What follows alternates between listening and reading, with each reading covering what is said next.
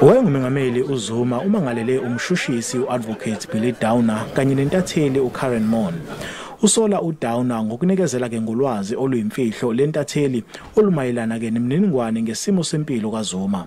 Intatheli uKaryn ufake isicelo ke sokuba ke kumiswe ukushushiswa kwakhe. Kulesicelo uthi inhloso yaso ukumsabisa nokumvimbela ukuba enze umsebenzi wakhe ngokubika ngecala likaZuma. The application has been brought for the sole purpose of harassing her, intimidating her, and preventing her from doing her job. Now, of course, Mr. Zuma disputes that, and he's entitled to dispute that, but that is Ms. Maughan's case. We do not agree that the matter has been brought for the purposes of harassing Ms. Maughan. The matter has been brought for the purposes of enforcing the criminal law because she broke the criminal law by being a participant in the exchange of documents without the permission of the Director of Public Prosecutions or the private prosecutor. Advocate Billy Downer uzokwenza izethulo ke enkantolo ayitshele ukuthi kungani engahambisani nokushushiswa kwakhe.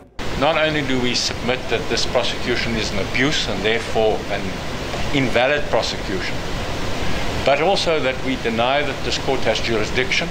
One of the complaints is about something they say happened in Johannesburg. And secondly, that we deny that the private prosecutor has standing to prosecute under Section 7 of the Criminal Procedure Act. Abeseka uZuma bebehlangene ngaphandle kwenkantolo. Ukhulume nabo okokuqala njengoba esesiqedile isigwebo sakhe sezinyanga eziyishumi-5. Ngoba ngingemuntu Nathatha isinqumo sokulela inkululeko yabantu abacindezela eSouth Africa. Akekho umuntu ozothi angibuyele kulowo mcindezelo. Noma ngabe uyijaji. Ubuholi beANC esifundazweni buphinde bazwakalisa ukuthi angeke buyeke ukweseka uZuma uma ezovela enkantolo. NginguSimphiwe Makhanya wezindaba zeSABC ngisemgungundlovu.